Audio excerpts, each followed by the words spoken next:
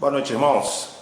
Que graça e paz vos sejam multiplicadas no pleno conhecimento de Deus e de Jesus, nosso Senhor. Queria agradecer a você a sua companhia, a sua presença, onde quer que você esteja nos acompanhando nessa noite. Que a graça, a misericórdia do Senhor o alcance e que seja um tempo de edificação, que seja um tempo de crescimento para todos nós nessa noite.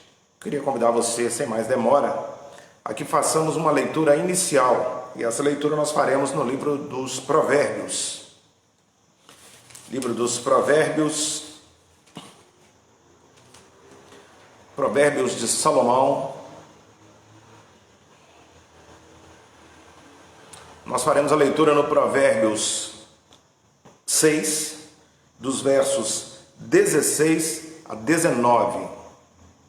Provérbios 6, 16 a 19. Onde quer que você esteja, acompanhe com reverência a leitura da palavra do Senhor, que nos diz assim: 6 coisas o Senhor aborrece, e a 7ª a sua alma abomina: olhos altivos, língua mentirosa, mãos que derramam sangue inocente, coração que trama projetos iníquos, pés que se apressam a correr para o mal, testemunha falsa que profere mentiras, e o que semeia contenda entre irmãos. Salomão, o homem mais sábio que já andou por essa terra, escreve aqui no livro de Provérbios a respeito de instruções para a boa convivência, instruções de como nós podemos estar dentro da vontade do Senhor, fazendo aquilo que o Senhor nos exorta a fazer, aquilo que o Senhor quer que nós façamos. Salomão nos ensina como criar nossos filhos, como lidar com a nossa esposa, como fugir das armadilhas. E aqui Salomão expressa aquilo que o coração do Senhor abomina, detesta, rejeita.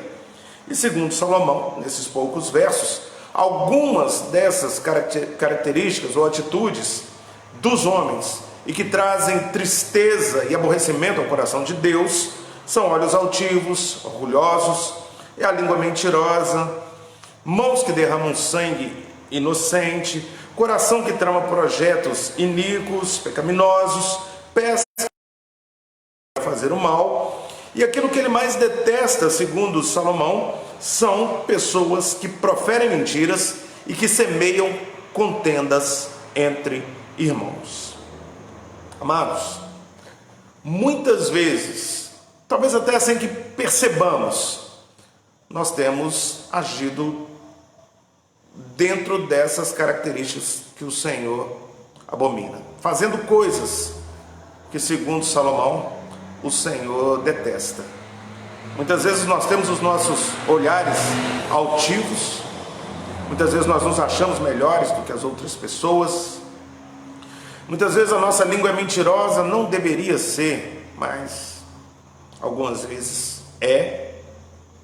Mentimos, omitimos. Muitas vezes os nossos pés se apressam a correr para fazer o mal, para tramar o mal, para ferir. E muitas vezes também nós semeamos contenda entre irmãos. Nós falamos mal dos irmãos. Nós plantamos dúvidas em seus corações. Nós fazemos aquilo que a serpente fez no Éden, que é soprar no ouvido das pessoas insinuações. E essas insinuações criam raízes no coração, se transformam em dúvidas, e muitas vezes contendas, rixas são plantadas a partir de mentiras. Nós vamos ter oportunidade agora, eu e você, de colocar nossa vida diante de Deus e de pedir a Ele que nos perdoe, caso nós tenhamos incorrido em algum desses erros aqui. Se não incorremos nesses, certamente incorremos em outros. Então é a nossa oportunidade de pedir ao Senhor que nos perdoe e tenha misericórdia de nós. Queria convidar você, onde quer que você esteja, a abaixar a sua cabeça, a fechar os seus olhos. Nós iremos colocar diante de Deus a nossa vida, o nosso coração, pedindo a Ele que tenha misericórdia de nós. Feche seus olhos, vamos falar com Deus. Senhor, nós queremos colocar a nossa vida diante do Senhor nessa noite, Queremos colocar o nosso coração diante do Senhor nessa noite, porque nós temos convicção de que nós temos feito coisas que desagradam ao Senhor. Nós temos sido rebeldes à tua lei, aos teus mandamentos. Nós temos praticado atos que entristecem o Senhor, atos dos quais o Senhor abomina. Nós temos, Deus, muitas vezes pecado por ações, pensamentos e omissões. E nós queremos, envergonhados, contristados, nos colocar diante do Senhor e pedir ao Senhor que tenha misericórdia de nós e que nos perdoe e que limpe o nosso coração e que lave o nosso coração de toda iniquidade, de toda impureza e que preencha o nosso coração, a nossa mente de santidade tal, de pureza tal, que onde quer ou por onde quer que nós andemos, nós exalemos o bom perfume de Cristo. Que as pessoas possam enxergar em nós, perceber em nós, traços do caráter do Teu Filho Jesus Cristo, Pai, em nome de Jesus. Para que a nossa atitude, para que as nossas palavras, as palavras que saem dos nossos lábios, tragam sempre hinos de louvor a Ti e sirvam de alguma maneira para glorificar o Teu nome. Recebe, Deus, a nossa vergonha, a nossa miséria, o nosso opróbrio. Perdoa-nos, Deus, porque nós carecemos da Tua misericórdia e do Teu perdão. Nós aproveitamos, Deus, essa oração inicial para colocar também diante do Senhor e para pedir o favor do Senhor sobre a vida da dona Fátima, mãe da nossa irmã Viviane, sogra do nosso irmão diácono Juliano, que passou nessa tarde por uma cirurgia. Que o Senhor abençoe a vida da dona Fátima e que ela tenha uma restauração rápida e plena, e que essa tribulação que ela enfrentou nessa tarde possa servir para aproximá-la ainda mais do Senhor e aumentar a dependência dela no Senhor. De igual forma, pedimos ao Senhor pelo nosso irmão diácono Jarbas, que também passou por cirurgia no início dessa semana, na segunda-feira, e que agora se encontra também em estado de recuperação. Ó Deus, que no nome de Jesus a alta programada para amanhã, que ela se confirme, que amanhã o nosso irmão possa voltar para casa e que ele possa também ter uma plena recuperação. Conforta, consola, encoraja, anima os seus familiares, nossa irmã Elizabeth, nosso irmão Jorge.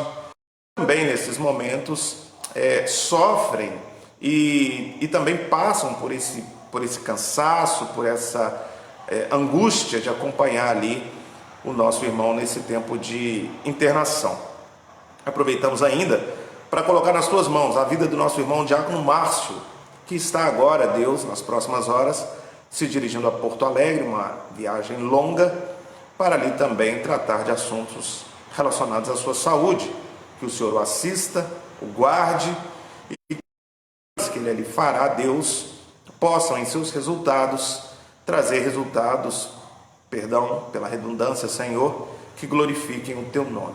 Abençoa a dona Vera, que fica, a sua esposa, os filhos, e que a igreja do Senhor possa se manter em espírito de oração também por esse irmão. Aproveitamos ainda, Deus, para consagrar ao Senhor esse estudo que faremos agora, pedindo ao Senhor que fale ao nosso coração através da sua palavra e que todos nós sejamos alimentados, edificados pela tua palavra, que tem, Deus, essa condição de trazer ao coração daqueles que no Senhor confia pela ação do teu Santo Espírito, consolo, conforto, ânimo, encorajamento. Nós dedicamos, consagramos esse estudo ao Senhor e todos esses pedidos que colocamos diante do Senhor nessa noite, Pai, nós colocamos pela mediação do nosso Senhor e Salvador Jesus Cristo. Amém. Muito bem, queridos irmãos, nós então estamos agora, a partir desse momento, trabalhando na primeira epístola de Pedro, e eu queria pedir aos irmãos que me perdoem, eu vou abrir um rápido parêntese apenas para orar por uma irmã que nos pede para que oremos por Cassiano, que também fez uma cirurgia. Nós vamos fazer mais uma rápida oração então, entregando essa vida, a vida do Cassiano, nas mãos do Senhor, uma vez que a irmã confia no Senhor e confia que as nossas orações chegarão até o trono de graça do Senhor. Feche seus olhos mais uma vez e mais uma vez iremos orar então. Senhor, queremos ainda na Tua presença, no espírito de oração, colocar nas Tuas mãos a vida do Cassiano. Nós não sabemos, Deus, exatamente o motivo da sua cirurgia, nós não sabemos exatamente do que se trata, mas o Senhor sabe. Então que o Senhor possa trazer ao coração da nossa irmã Isabel paz, tranquilidade, e que o Senhor possa trazer ao Cassiano uma rápida recuperação, e que dentro de pouco tempo nós possamos então ter notícias de que o Cassiano passa bem e de que o Senhor atendeu positivamente a oração que colocamos diante de Ti. Muito obrigado, Senhor, por mais uma vez dar ouvidos à nossa voz. Nós oramos gratos ao Senhor em nome de Jesus. Amém. Muito bem, irmãos. Queria que você voltasse então os seus olhos à primeira epístola de Pedro.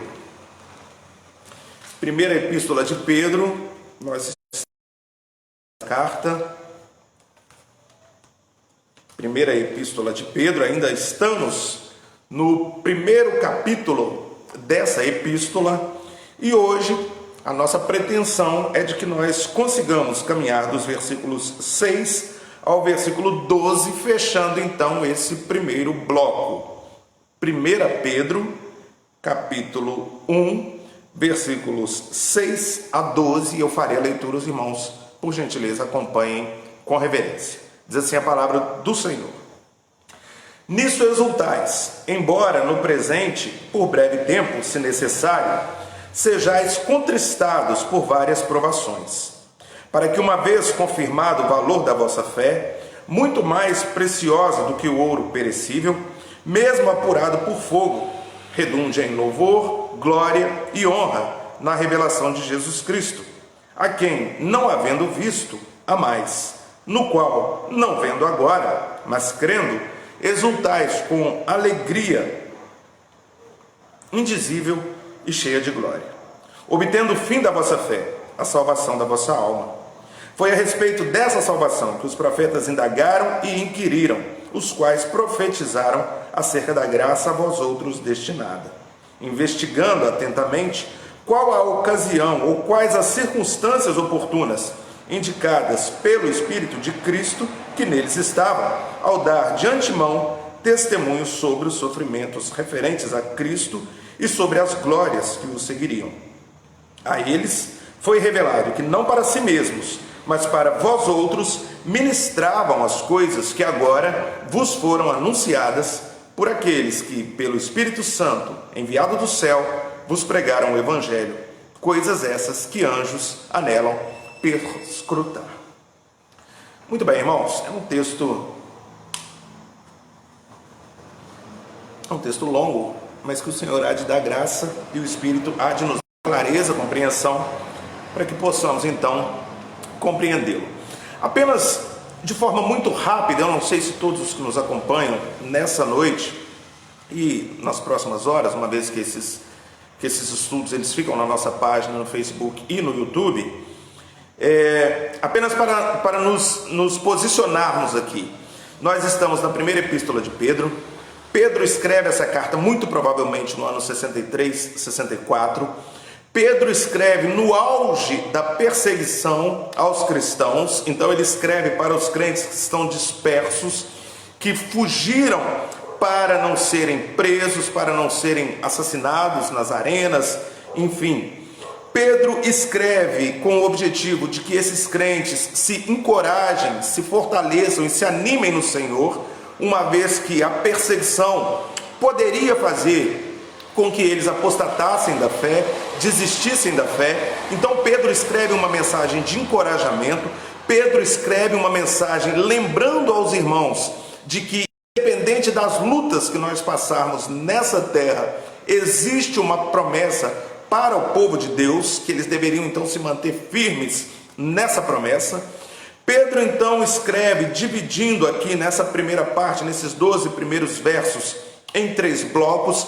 Primeiro ele vai falar, ou realçar a primeira pessoa da Trindade, o Pai. No segundo bloco ele vai realçar a segunda pessoa da Trindade, o Filho, e no terceiro bloco, dos versos 10 a 12, ele vai realçar então a terceira pessoa da Trindade, o Espírito Santo. Nós falamos na semana anterior até o verso 5 e hoje então nós partimos do versículo 6. Vamos caminhar então pelo texto, como sempre fazemos, versículo a versículo, entendendo aquilo que Pedro tem para os seus leitores originais, os crentes da dispersão, os paroicós, e para todos os leitores que vieram depois destes. Versículo 6.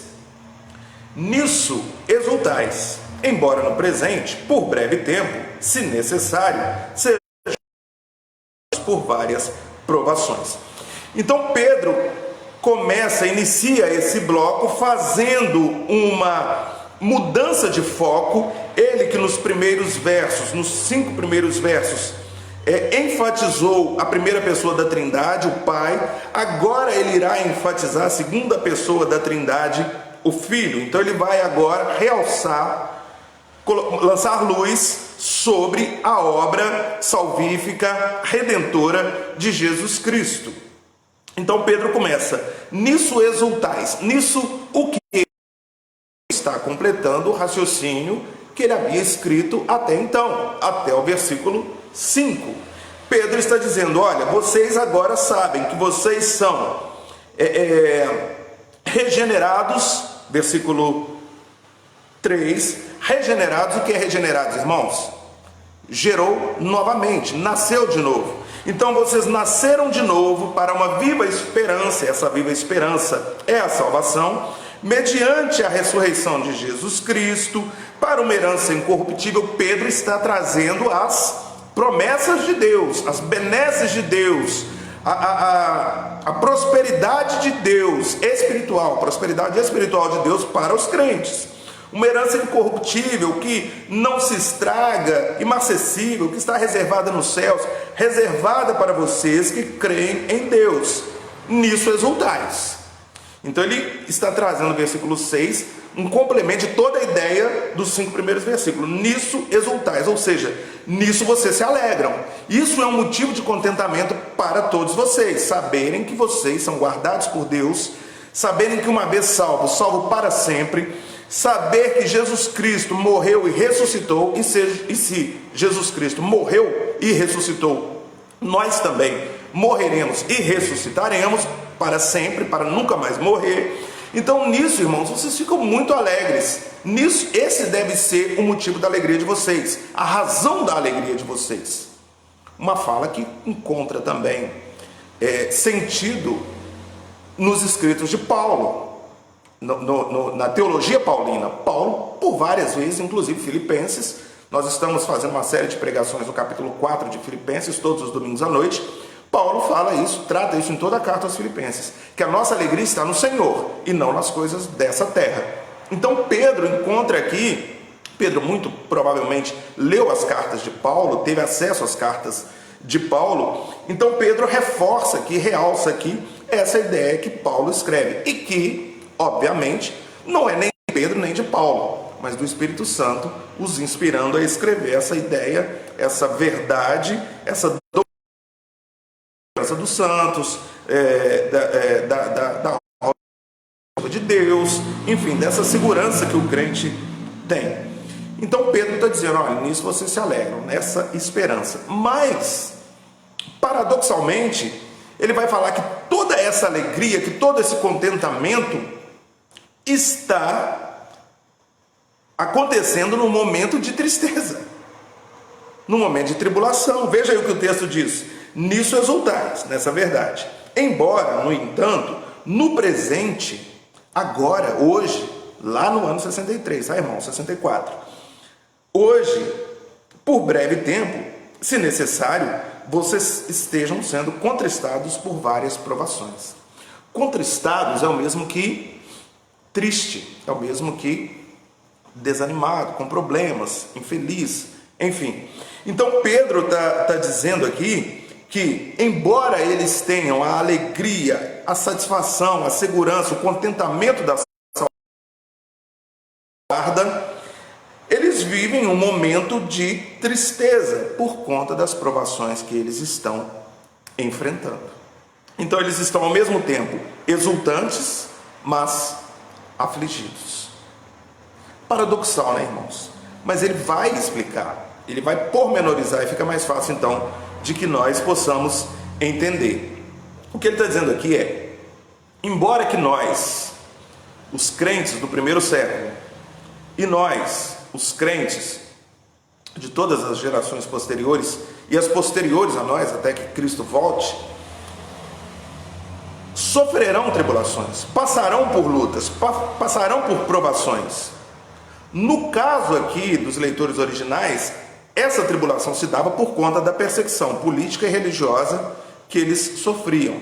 Um ambiente totalmente hostil, totalmente contrário à fé que eles professavam, à liberdade de fé que eles professavam. Então, para esses leitores originais, é disso que Pedro está tratando. E aí ele vai dividir e explicar quais são, ou quais seriam as nuances a respeito dessas provações. E aí você que me vê agora, que me ouve agora, irá identificar que várias delas, talvez eu e você estejamos passando no dia de hoje, nessa quarta-feira. Vamos ver quais são então essas nuances? Olha, essas tribulações, essas dificuldades, essas lutas, elas são variadas. Volte seus olhos para o texto. Pedro vai dizer no finalzinho do verso 6 que são várias as provações. Então essas provações, essas tribulações, elas são variadas, elas são diversas. Elas podem ser tribulações que nós passamos no relacionamento com outras pessoas, podem ser em acontecimentos imprevistos, em doenças, tentações com as quais nós precisamos lutar. Enfim, são muitas as lutas. São muitas as lutas. Eram assim, ou era assim no primeiro século, e é assim conosco. Então a tribulação pelos quais aqueles cristãos da dispersão passavam não era algo único, eram várias as dificuldades que eles enfrentavam. Além de ser variadas, Pedro vai dizer que elas eram passageiras, porque ele vai dizer ainda no verso 6, embora no presente tempo, por breve tempo. Então Pedro está mais uma vez dizendo a eles que eles podem ficar seguros, tranquilos, porque aquela luta, aquela dificuldade que eles estavam enfrentando, em algum momento iria passar. Iria passar. Dia desses, eu não vou me lembrar em qual livro, não vou me lembrar qual autor, por isso não vou dar o crédito, mas eu li uma citação muito interessante que dizia: existem muitas nuvens negras e pesadas sobre o mundo no dia de hoje, mas logo, logo, o Senhor há de soprá-las. Então, esse era um ambiente, a atmosfera que envolvia esses crentes nesses dias. Um ambiente de muitas nuvens negras sobre a cabeça deles. Mas Pedro estava garantindo a eles, afirmando a eles, que eles pudessem ficar tranquilos, porque isso seria por breve tempo. E de fato, irmãos, as nossas tribulações, as nossas lutas, Deus não permite que elas durem muito tempo. As lutas vêm, e nós vamos daqui a pouco, Pedro vai ensinar chegarem até nós, mas elas passam, elas vão embora. Quando nós estamos firmes na rocha, quando nós estamos totalmente dependentes do Senhor, nós conseguimos suportar a tempestade, os ventos, essas nuvens negras, e daí a pouquinho as coisas se acalmam, as coisas voltam ao normal. Eu já usei em algumas mensagens aqui na nossa igreja uma ilustração a respeito das monções. Na Ásia, em alguns países da Ásia, numa determinada época do ano, o calor, aquele calor úmido, é muito forte, e as pessoas ficam quase que derretendo, né? É São Borja no verão, 42 graus, aquele calor, você não tem para onde correr, né? E aí lá na Ásia, nessa época, vez ou outra, entre as montanhas, vem do mar uma brisa fria que traz conforto, que traz consolo, que eles chamam de monções. Então, o crente, o Espírito Santo de Deus é a nossa monção, ou são as nossas monções. Quando as coisas estão que a gente já não aguenta mais, quando a nossa luta está muito, quando o nosso sofrimento está muito, o Espírito vem e sopra aquele vento fresco no nosso rosto, aquele vento gelado no nosso rosto, e nós conseguimos então mais fôlego e conseguimos caminhar mais um pouco, e conseguimos avançar mais um pouco nas nossas lutas. É uma bênção. Então, seja lá qual for a tribulação que talvez você esteja enfrentando hoje, lembre-se, elas são passageiras. Se você é crente no Senhor Jesus, se você já entregou a sua vida ao Senhor, essas tribulações, essas lutas são passageiras. Lembre-se, irmãos, que Pedro está escrevendo para crentes. Todas as promessas que Pedro faz nessa carta, assim como todos os autores bíblicos, essas promessas são válidas para crentes no Senhor Jesus. Então Pedro vai avançar. Essas tribulações são passageiras, e essas tribulações, irmãos, veja só, são necessárias. Ele vai dizer aqui, ainda no verso 6 estamos: se necessário, vocês sejam entristecidos por várias provações. Então essas tribulações pelas quais os crentes passavam, pelos quais eu e você passamos, elas são necessárias. Deus é que define quais são e quando nós as enfrentaremos. E por que elas são necessárias? Porque são essas provações, irmãos, são essas lutas, são essas tribulações que concorrem, que cooperam para o nosso aperfeiçoamento, que concorrem e que cooperam para que nós possamos cada dia mais com o Senhor Jesus. Essas tribulações e essas lutas, elas têm o propósito de nos aproximar de Deus, de moldar o nosso caráter. Lembre-se sempre que o crente no Senhor Jesus está caminhando por essa terra, sendo preparado para a vida eterna. Então essas tribulações, perdão, irmãos, essas tribulações, elas servem para que nós nos pareçamos mais com o Senhor Jesus. Daqui a pouquinho nós vamos falar também um pouco mais sobre isso. Mas elas são ainda, além de necessárias, elas entristecem. Ele vai dizer aqui no verso 6 ainda: se necessário, sejais contristados ou entristecidos por várias provações.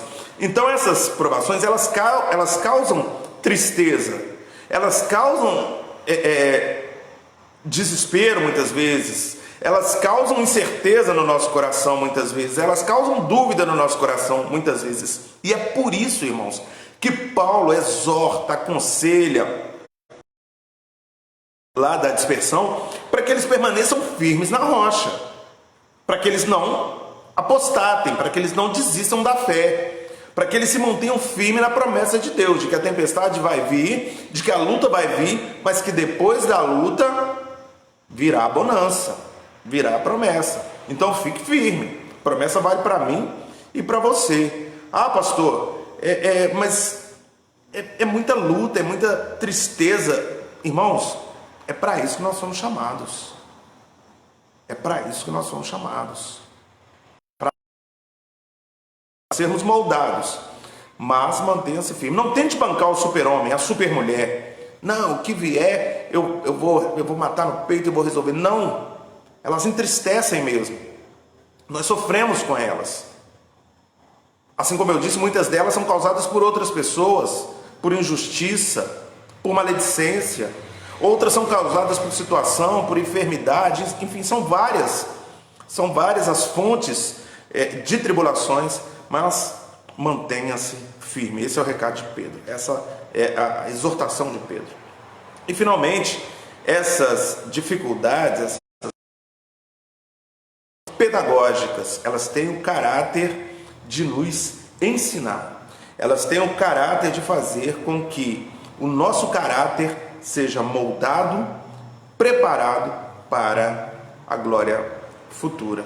Então, as tribulações, as lutas que os crentes do primeiro século passavam, que eu e você passamos, elas não são um capricho de Deus. Elas não são sem nenhum objetivo. Elas têm um objetivo. Elas têm um objetivo. Os deístas, é uma corrente filosófica, prega, ensina que Deus criou o mundo e deixou que o mundo caminhasse, e se afastou, e deixou que a humanidade caminhasse a sua própria a sua própria vontade. Nós não cremos assim. Nós cremos num Deus presente, transcendente, mas imanente. Emmanuel, Deus conosco. Um Deus que caminha conosco. Um Deus que tem controle da história em suas mãos. Um Deus que governa soberanamente sobre tudo e sobre todos. E nós cremos com todas as forças, irmãos. E a palavra de Deus, a Bíblia Sagrada, nos dá segurança para essa afirmação. Que mesmo nos momentos de luta e de tribulação, ou que mesmo os momentos de luta e tribulação foram permitidos por Deus e concorrem para o nosso bem. Concorrem para o nosso bem. E nós veremos isso de forma mais clara agora no versículo 7. Versículo 7 vai dizer assim: para que, uma vez confirmado o valor da vossa fé, muito mais preciosa do que o ouro perecível, mesmo apurado por fogo, redunde em louvor, glória e honra na revelação de Jesus Cristo.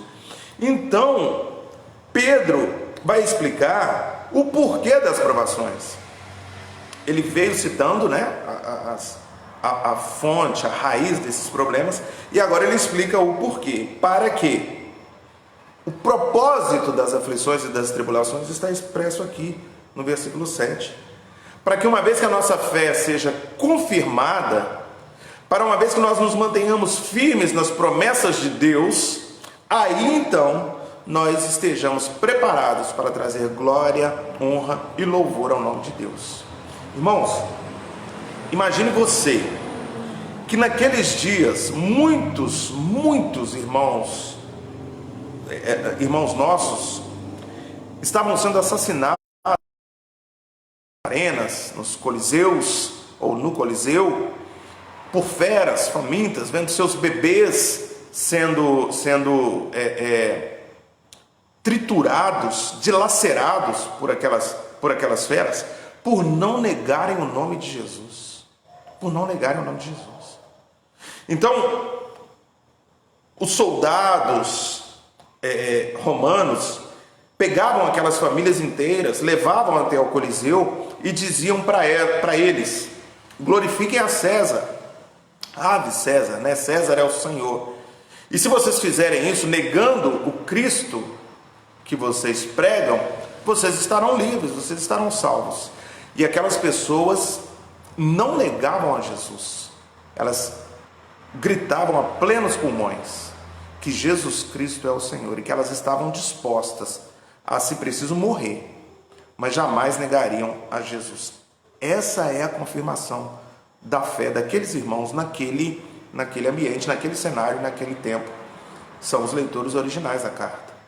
Imagine você o sofrimento que pelos quais aqueles irmãos passavam. Então Pedro estava dizendo para os irmãos que estavam dispersos, que haviam fugido: mantenham a fé de vocês. Não neguem a fé de vocês. Porque uma vez que a fé de vocês for provada e comprovada, isso trará glória para o nome de Deus e vocês receberão a recompensa que lhes está prometida.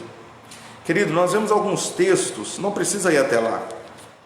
Salmo 119, pelo menos 2 textos deixam muito claro, 2 versículos do Salmo 119, deixam muito claro o caráter didático da provação e da tribulação. Salmo 119, versículo 67.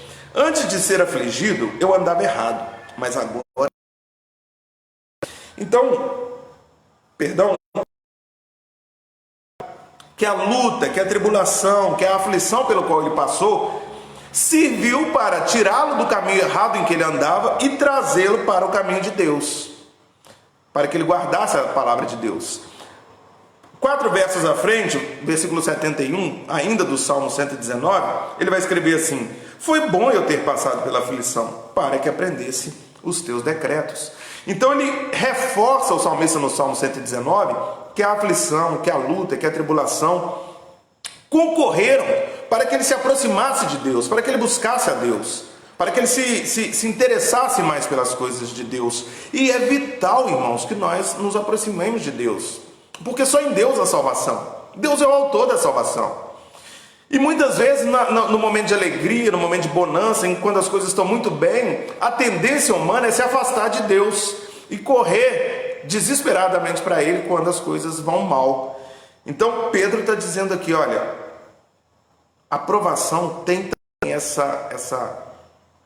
esse caráter, esse objetivo de fazer com que vocês sejam testados, e uma vez confirmada a fé de vocês, a autenticidade da fé de vocês, então que vocês sejam considerados pistós, fiéis, aprovados.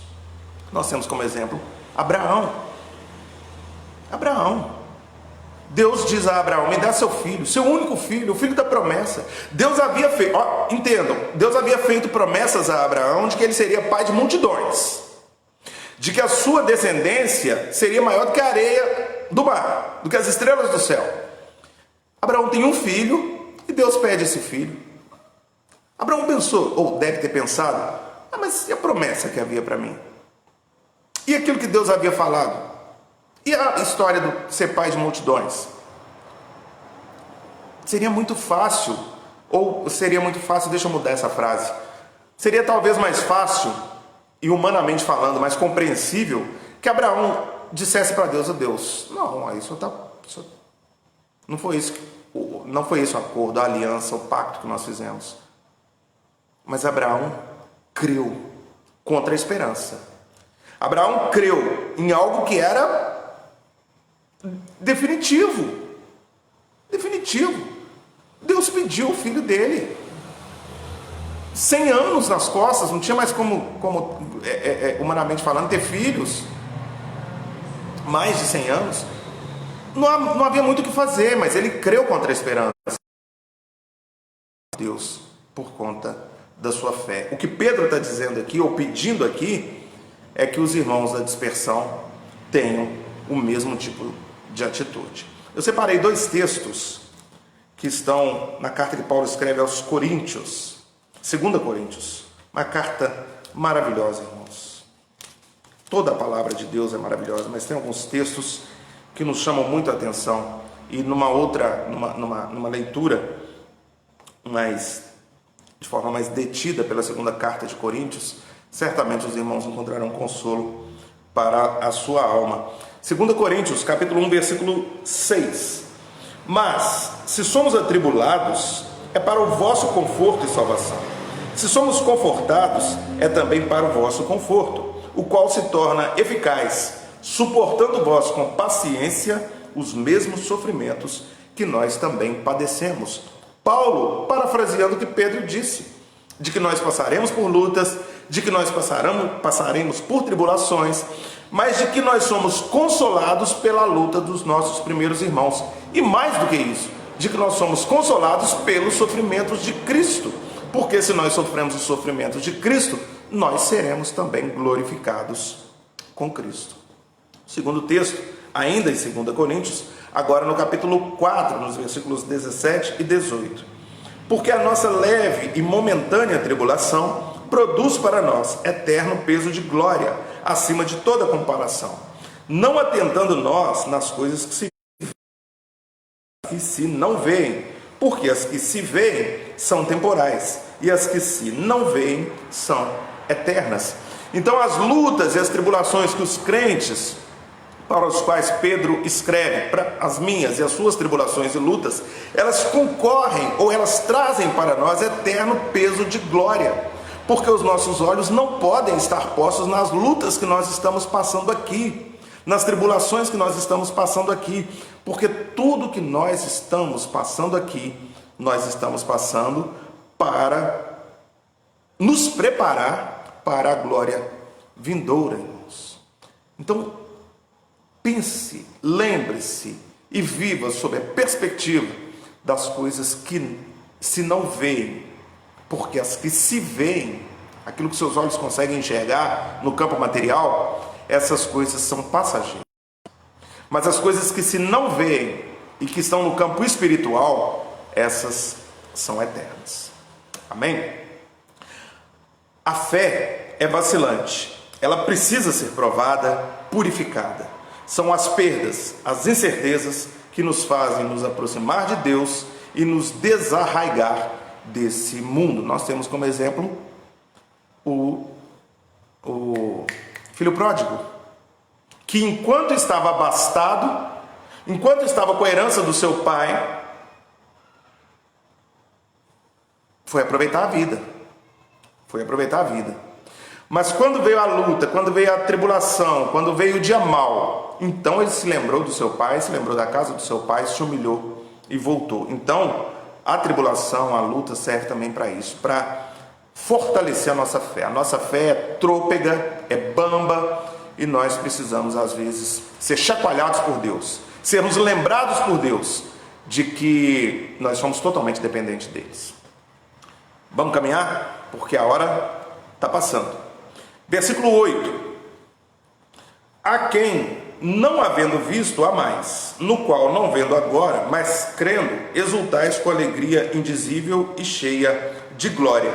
Então Pedro vai dizer que, uma vez confirmado o valor da nossa fé, versículo 7, muito mais preciosa do que ouro perecível, mesmo apurado por fogo. Aqui ele está fazendo uma comparação, uma analogia, né, com o trabalho do ourives, né, que ia esquentando o metal até que as impurezas do metal fossem saindo, sobrasse apenas o ouro puro. Esse é o caráter pela luta, pelo fogo, e toda a nossa impureza, a nossa falta de fé, a nossa prepotência, a nossa arrogância, a nossa confiança em nós mesmos vai sendo expurgada, limpada, até sobrar apenas o caráter de Cristo, a mente de Cristo. Nós temos a mente de Cristo, Paulo escreve isso, até que sobre apenas isso, e aí nós estaremos então prontos para o céu.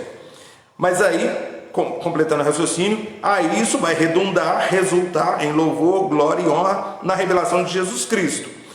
Esse Jesus Cristo, que fecha o versículo 7, é aquele, diz Pedro, a quem não havendo visto, vocês amaram, no qual vocês não estão vendo agora também, mas creem e se alegram com uma alegria indizível, indescritível e cheia de glória. Nós devemos nos lembrar que, por conta do tempo, nós estamos aqui no ano 63, 64, Jesus Cristo morreu no ano 33, essa geração, e também a distância que estavam aqui da Galiléia, dos lugares onde Jesus pregou, essa geração não viu a Cristo, mas Pedro viu. Pedro está dizendo a ele: vocês não viram Cristo, eu vi, caminhei com ele 3 anos, vocês não viram, vocês não estão vendo ele agora, mas ainda assim vocês creem e vocês o amam. Irmãos, isso é fantástico. Sabe por que isso é fantástico? Porque eu e você também não vimos a Cristo. Eu e você também não vimos a Cristo, mas cremos. E por que cremos? Eu e você amamos a Cristo. E por que amamos? Então vamos lá. A quem não havendo visto, há mais. Então nós não vimos Cristo, mas amamos Cristo, os crentes do primeiro século e nós. Porque Deus nos amou primeiro. Deus nos amou primeiro. Então o amor de Deus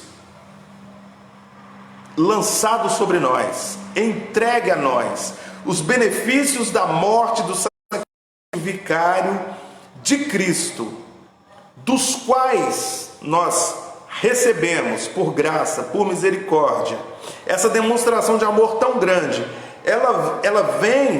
ela entregue a nós com o bônus, com a possibilidade de que nós amemos a Cristo. Então o amor, ou o nosso amor por Cristo, nada mais é do que uma resposta ao amor de Cristo por nós. Nós o amamos porque Ele nos amou primeiro. Tomé, quando Jesus ressuscita, nos dias que ele andou pela terra, ele chega até Tomé, e Tomé está muito desconfiado, não está querendo muito acreditar naquele negócio de que Jesus de fato ressuscitou, até que Jesus chega, lhe mostra as chagas, as feridas. Perdão, irmãos. E Tomé então diz: eu creio. E Jesus diz para ele: Agora você crê? Agora que você está me vendo? Agora que você viu as chagas? Benditos são aqueles que não viram e creram. Querido, nós estamos nessa categoria. Benditos, abençoados, felizes são aqueles que mesmo sem ter visto, creram. Que mesmo sem terem tocado em Cristo, creram que Cristo é o Filho do Deus vivo, o Messias prometido pelos apóstolos. Nos próximos versos ele vai falar de forma mais pormenorizada sobre isso. Mas benditos são aqueles que não viram e creram. E é isso que Pedro está falando aqui com os crentes, da dispersão. É isso que Pedro está dizendo para eles: benditos são vocês, porque vocês não viram, mas amaram a Cristo. E que ainda não estão vendo, mas creem naquilo que lhes foi ensinado, na doutrina dos apóstolos, na sã doutrina, na doutrina dos profetas, naquilo que foi prometido em toda a história bíblica, em toda a caminhada bíblica. Então ele vai dizer: isso é motivo para que vocês exultem. Exultem, irmãos, é mais do que se alegre. Exultem é mais do que um júbilo. É uma exaltação, é uma alegria sem medida. E vocês estão exultando com uma alegria indescritível e cheia de glória. E esse deve ser o sentimento não apenas daqueles crentes que, eu lembro a vocês, estavam num momento de intensa perseguição, de intenso sofrimento, mas que mantinham a sua alegria indescritível, porque a alegria e a segurança deles não estava posta nesse mundo, nas circunstâncias, naquilo que eles estavam vivendo, ou que viveriam logo em seguida, porque a perseguição das autoridades romanas e das autoridades religiosas se intensificaria, ia piorar muito a partir daqui. Pedro e Paulo são assassinados mais ou menos nessa época, pouco depois dessa carta. Então a coisa ia ficar ainda pior, mas eles deviam se manter alegres, porque a esperança, o contentamento, a alegria deles estava naquilo que Paulo vai dizer agora no versículo 9. A alegria deles estava posta no fato de eles serem salvos do Senhor Jesus, de que eles são eleitos de Deus, e de que independente do que eles passassem nessa terra, existe uma promessa para cada um deles, e eles estariam logo em seguida, por breve tempo, logo depois, indo para um lugar onde não haveria mais perseguição política, perseguição religiosa, onde não haveria mais injustiça, onde a doença não entraria, onde o pecado não entraria, onde nós estaremos vivendo por toda a eternidade futura ao lado do nosso Senhor e Salvador Jesus Cristo. Um lugar onde não precisa mais de sol, nem de lua, nem de estrelas, porque a própria presença do Senhor iluminaria todo aquele lugar. Ali não haveria pranto, querido, ali não haveria saudade, ali não haveria tristeza, não haverá. Então essa é a promessa. Então mantenham-se firmes, parafraseando Pedro, mantenham-se firmes nessa promessa, mantenham firme a fé de vocês, porque o que está prometido para vocês é a salvação da vossa alma. Recebam Cristo e os benefícios da salvação. É isso que Pedro está dizendo. Inclusive essa alegria, querido, essa alegria que sentia em meio à dor, em meio à tristeza, já era, ou já fazia parte aqui dos benefícios da morte de Cristo que estava sendo entregue a eles, esse consolo, esse conforto, essa segurança em meio a tanta luta e dificuldade. Então, vamos pegar esse versículo 9 aqui e trazê-lo, ou levá-lo lá para Eclesiastes, lá para Salomão. Assim como eu disse na introdução, né, do nosso estudo de hoje, Salomão, o homem mais sábio que já passou por essa terra. Obviamente, claro, lógico, nós não estamos colocando o Senhor Jesus nessa comparação. Então, Salomão, o homem mais sábio que passou por essa terra, escreve algo muito parecido com o que Pedro está dizendo aqui, lá no final do seu livro Eclesiastes. Em suma, ou a suma de tudo isso que eu escrevi nesse livro de Eclesiastes, nesse livro da sabedoria, assuma, o resumo, aquilo que vocês devem se lembrar é: teme a Deus e guarda os seus mandamentos. Ou seja, preocupem-se com a vossa salvação. Preocupem-se com a vida após o túmulo. Preocupem-se com aquilo que Paulo chamou lá em 2 Coríntios, no texto que nós lemos, das coisas que se não veem. Preocupe-se com isso, porque as que se veem são temporais. O que você está vivendo hoje, o que eu estou vivendo e o que os irmãos lá da dispersão estavam vivendo são temporais. É por breve tempo, vai acabar. Então, vamos preocupar com aquilo que vai durar por toda a eternidade, a salvação da vossa alma. Ok? Vamos caminhar mais um pouquinho, verso 10. A partir do verso 10 ele vai mudar o foco. Mais uma vez, ele já falou do Pai, da obra do Pai, nos 3 primeiros versos. 4 até aqui ele vai falar do Filho, da obra do Filho. E agora, do 10 ao 12, ele vai falar a respeito da obra do Espírito Santo. Então, versículo 10 ele vai dizer, ou vai escrever: foi a respeito dessa salvação que os profetas indagaram e inquiriram, os quais profetizaram acerca da graça a vós outros destinada. Então, o que Pedro está dizendo aqui é que, a respeito dessa salvação, do versículo 9, salvação da nossa alma, foi que os profetas perguntaram, questionaram, investigaram e profetizaram a respeito daquilo que ainda viria, a respeito daquilo que eles nem viveram. Eles recebiam a mensagem do Espírito Santo e eles compartilhavam, eles pregavam essa mensagem, eles escreviam essa mensagem, eles proferiam, proclamavam essa mensagem e procuravam investigar do que exatamente se tratava, porque eles não sabiam exatamente quando aconteceria essa promessa e de que forma essa promessa viria.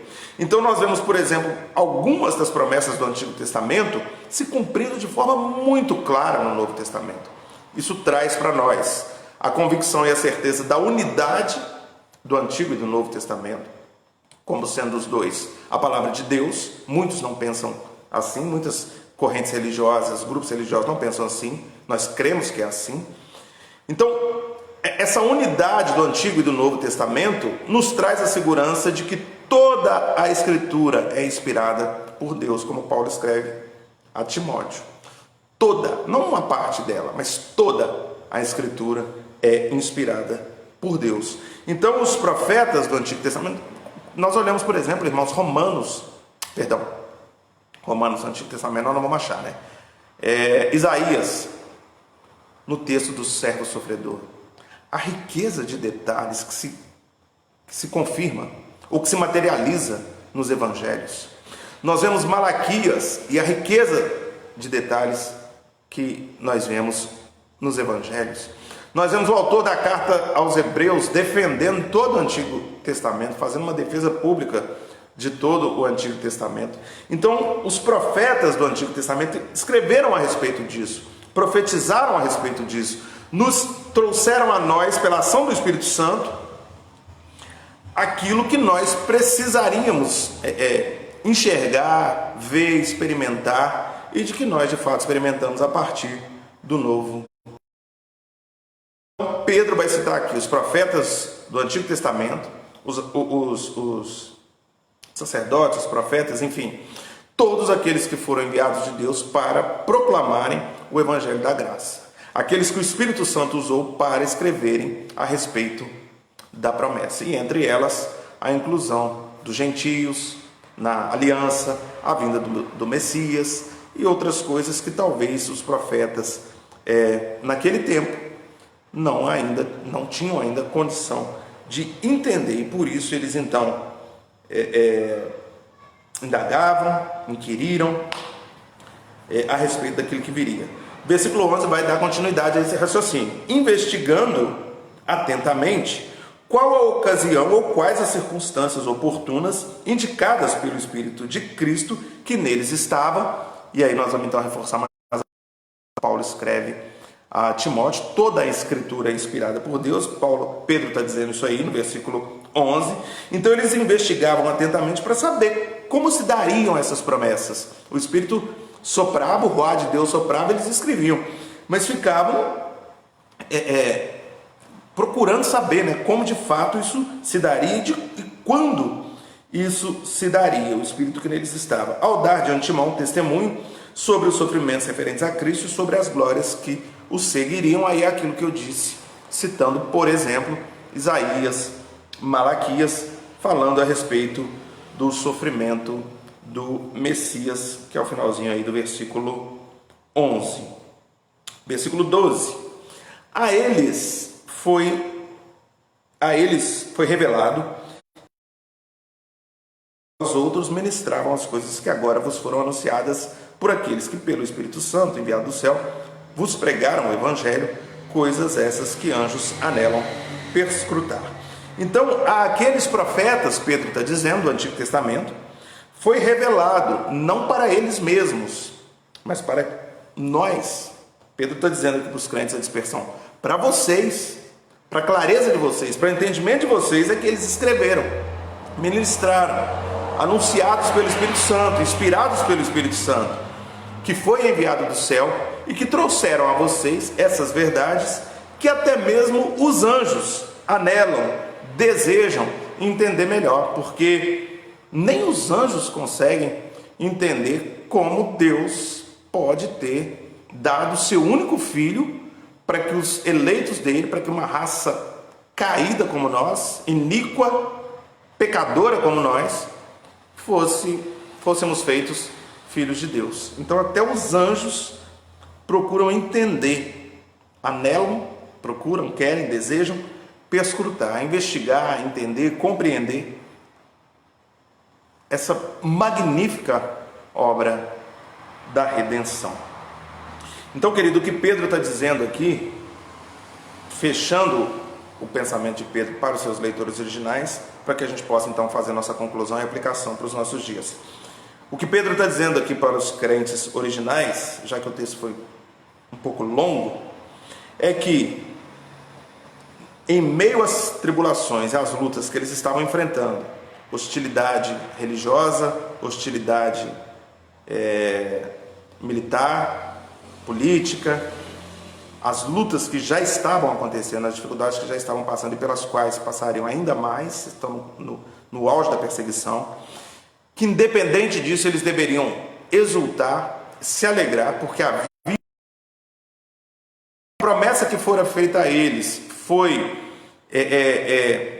escrita e registrada no Antigo Testamento, que eles tão bem conheciam, inspirada pelo Espírito Santo, confirmada pela obra redentora de Cristo na cruz do Calvário, aquele Cristo a quem eles não viram, mas no qual criam, aquele Cristo que eles amavam porque o amor de Deus estava neles e que eles podiam então ter a confiança, a segurança de que todos esses sofrimentos resultariam em glória e louvor.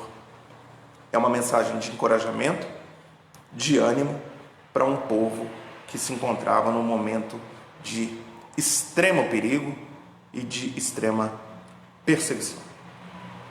Mas quais são as aplicações que nós podemos trazer para os nossos dias? 23 de setembro de 2020, tantos séculos depois. Os princípios são os mesmos. Os princípios são os mesmos, as aplicações são as mesmas. O que muda aqui, talvez, seja a tribulação que nós estamos enfrentando, a dificuldade que nós estamos enfrentando. Mas o caráter da tribulação, o propósito da tribulação e a resposta, o consolo que o crente deve dar a essa tribulação são os mesmos no ano 64 e no ano 2020. Então, para a nossa conclusão e aplicação pessoal, particular, eu dividi aqui 4 rápidos e didáticos pontos. O primeiro deles: no mundo teremos aflições, mas tem de bom ânimo, ele venceu o mundo. Então esteja preparado para as lutas, esteja preparado para as dificuldades, esteja preparado para o dia mau, porque, querido, ele vai chegar, quer você queira, quer não.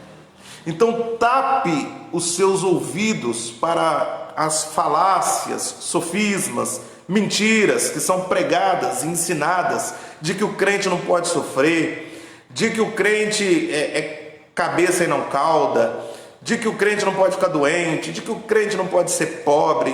Isso é uma heresia, isso é antibíblico, isso não encontra nenhum amparo, nenhuma base bíblica. É exatamente o contrário. No mundo teremos aflições, é a promessa. Isso vai acontecer. No mundo teremos aflições. Mas a promessa é de que nós tenhamos bom ânimo, porque aquele que morreu por nós venceu o mundo e suas tribulações. Então, independente da luta que você esteja passando, mantenha firme a sua fé, mantenha firme a sua confiança. Você não está sozinho, você não está passando por isso sozinho ou sozinha. A segunda aplicação pessoal para os nossos dias: alegre-se em Cristo e não seja um crente murmurador e amargo. Alegre-se em Cristo, querido. Mesmo em meio à dificuldade, mesmo em meio à luta, dê um bom testemunho, glorifique o nome de Cristo em meio à sua dificuldade, em meio à sua luta. Não seja aqueles resmungões, aqueles crentes amargos, aqueles crentes que andam pelos cantos, um vitimismo pecaminoso, jogando a culpa dos seus fracassos nas costas dos outros, que não assumem as suas responsabilidades, que não entenderam que eles precisam passar por tribulação para que sejam burilados, melhorados. Não seja esse tipo de crente, em nome de Jesus. Seja um crente que dê um bom testemunho. Quando a luta vier, quando a tribulação vier, dê glória a Deus. Dê glória a Deus. Diga como disse Jó: eu recebi o bem de Deus, o favor de Deus, eu não receberia também o mal? Seja um crente que tenha os olhos voltados para as coisas do céu, querido, para Cristo, que a sua alegria e a minha alegria sejam Cristo, não as coisas dessa terra. Ok? Segunda aplicação. Terceira aplicação: ame a Jesus, pois Ele se entregou por você. Parece mais do mesmo, parece óbvio. Um pastor, num estudo bíblico, pedir aos crentes para que ame a Jesus. Mas é um pedido que eu faço baseado naquilo que nós vemos. A boca fala do que o coração está cheio. Aquilo que nós fazemos evidencia aquilo que está no nosso coração. E o que nós temos visto de uma forma geral na igreja de hoje, não nessa igreja ou naquela igreja, na igreja de hoje, são crentes que não têm compromisso nenhum com Jesus, querido. E se nós não temos compromisso com Jesus, nós não o amamos. Porque se nós o amamos, nós temos compromisso. Se nós o amamos, nós fazemos aquilo que Ele mandou que fizéssemos. Se nós o amamos, nós empenhamos todos os nossos esforços na sua obra, em fazer com que o nome dele seja glorificado, exaltado. E não é isso que nós vemos absolutamente. Absolutamente. O que nós temos visto de forma geral é o Senhor Jesus sendo relegado a um segundo ou terceiro plano. O Senhor Jesus ser mais uma dentre as opções que nós temos. Terrível ter de dizer isso aqui, irmãos, mas é o que nós vemos. Crentes desinteressados, crentes que se amoldaram às coisas desse mundo, crentes que vivem como os descrentes, que trazem vergonha para o evangelho, fofoqueiros, vitimistas, plantadores de contendas. Amem a Jesus, querido. Amem a Jesus.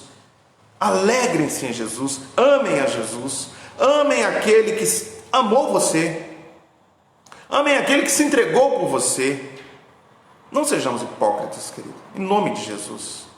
O Senhor aborrece, abomina a hipocrisia. É claro que eu, você, todos nós temos os nossos pecados, temos as nossas falhas, mas não viva de pecado e de falhas. Que as minhas falhas e que as suas falhas, que os meus pecados e os seus pecados sejam ocasionais, sejam quedas, sejam distrações, mas que não seja algo frequente, algo com o qual nós já acostumamos, como nós temos visto, com muita tristeza e para vergonha nossa. Ame a Jesus. e demonstre o seu amor, prove o seu amor, através da sua renúncia, abrindo mão daquilo que talvez você goste, mas que traz vergonha para o Evangelho. E finalmente a última aplicação: seja grato a Deus por tão grande salvação. Você já agradeceu a Deus hoje? Por Deus ter escolhido você? Nessa multidão de pessoas que estavam mortas em seus delitos e pecados, aprove a Deus chamar você de forma eficaz e irresistível, tirá-lo das trevas para a sua maravilhosa luz e entregar o seu filho, o filho dele, para que morresse no seu lugar e pagasse uma dívida que era sua. Você já agradeceu a Deus por isso hoje? Seja grato, queridos, por tão grande salvação. Seja grato pelo sacrifício de Cristo na cruz do Calvário. Se tem uma outra coisa que o Senhor abomina, é a ingratidão. Louve a Deus, exalte a Deus e agradeça a Deus por tão grande salvação. Amém?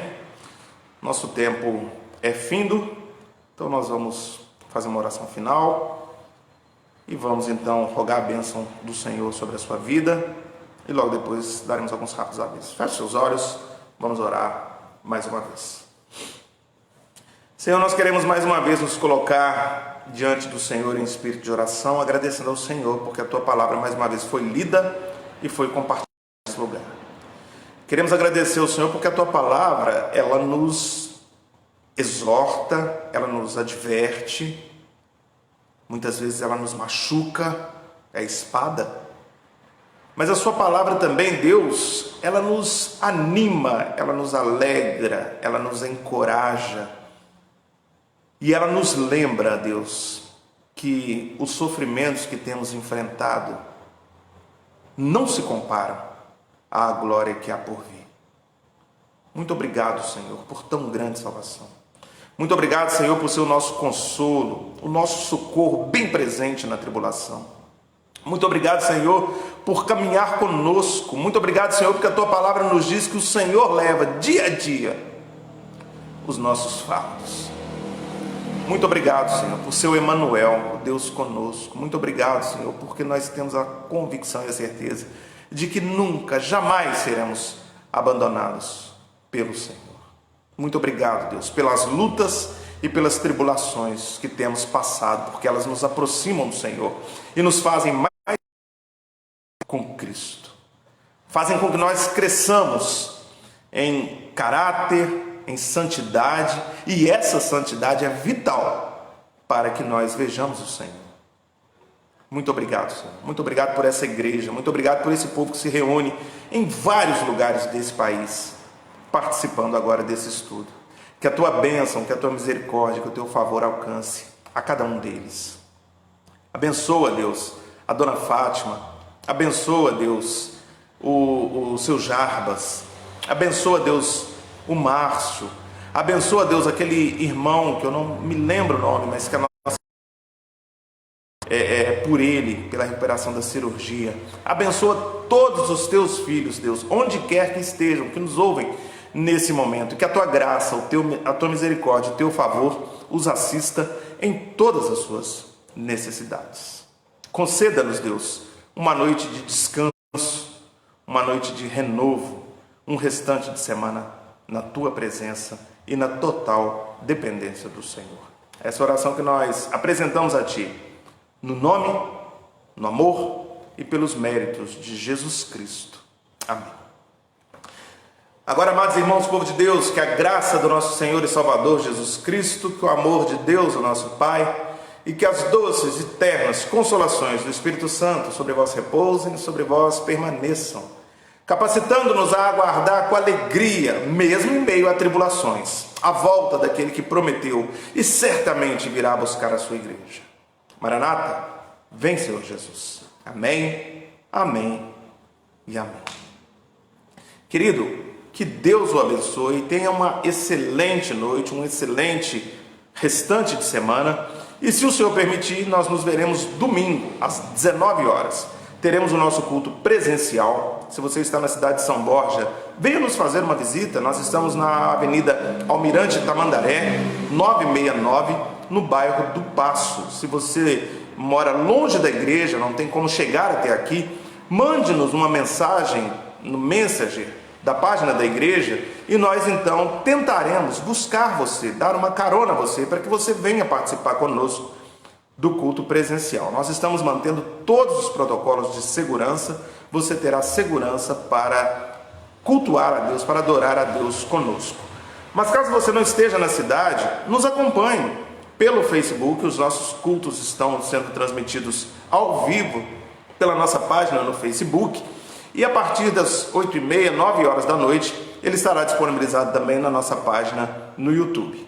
Que Deus o abençoe, você é sempre muito bem-vindo aqui conosco e que você tenha encontrado aqui aquilo que veio buscar nessa noite. Um grande abraço e que o Senhor o abençoe em Cristo.